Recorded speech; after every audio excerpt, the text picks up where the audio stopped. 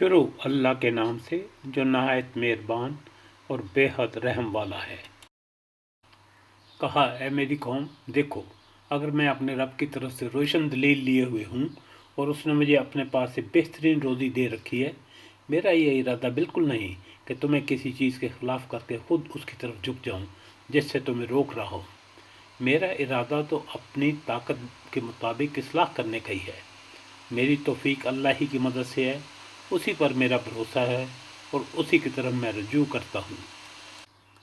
اے میری قوم کے لوگوں، کہیں ایسا نہ ہو کہ تم کو میری مخالفت ان عذابوں کا مستحق بنا دے جو قوم نوح اور قوم ہود اور قوم صالح کو پہنچے ہیں، اور قوم لوط تو تم سے کوئی دور نہیں۔ تم اپنے رب سے استغفار کرو اور اس کی طرف توبہ کرو۔ یقین مانو کہ میرا رب بڑی مہربانی والا اور بہت محبت کرنے والا ہے۔ انہوں نے کہا اے شعیب، تمہاری اکثر باتیں تو ہماری سمجھ میں ہی نہیں آتی، اور ہم تو تجھے اپنے اندر بہت کمزور پاتے ہیں۔ اگر تیرے قبیلے کا خیال نہ ہوتا تو ہم تجھے سنگسار کر دیتے، اور ہم تجھے کوئی حیثیت والی ہستی نہیں سمجھتے۔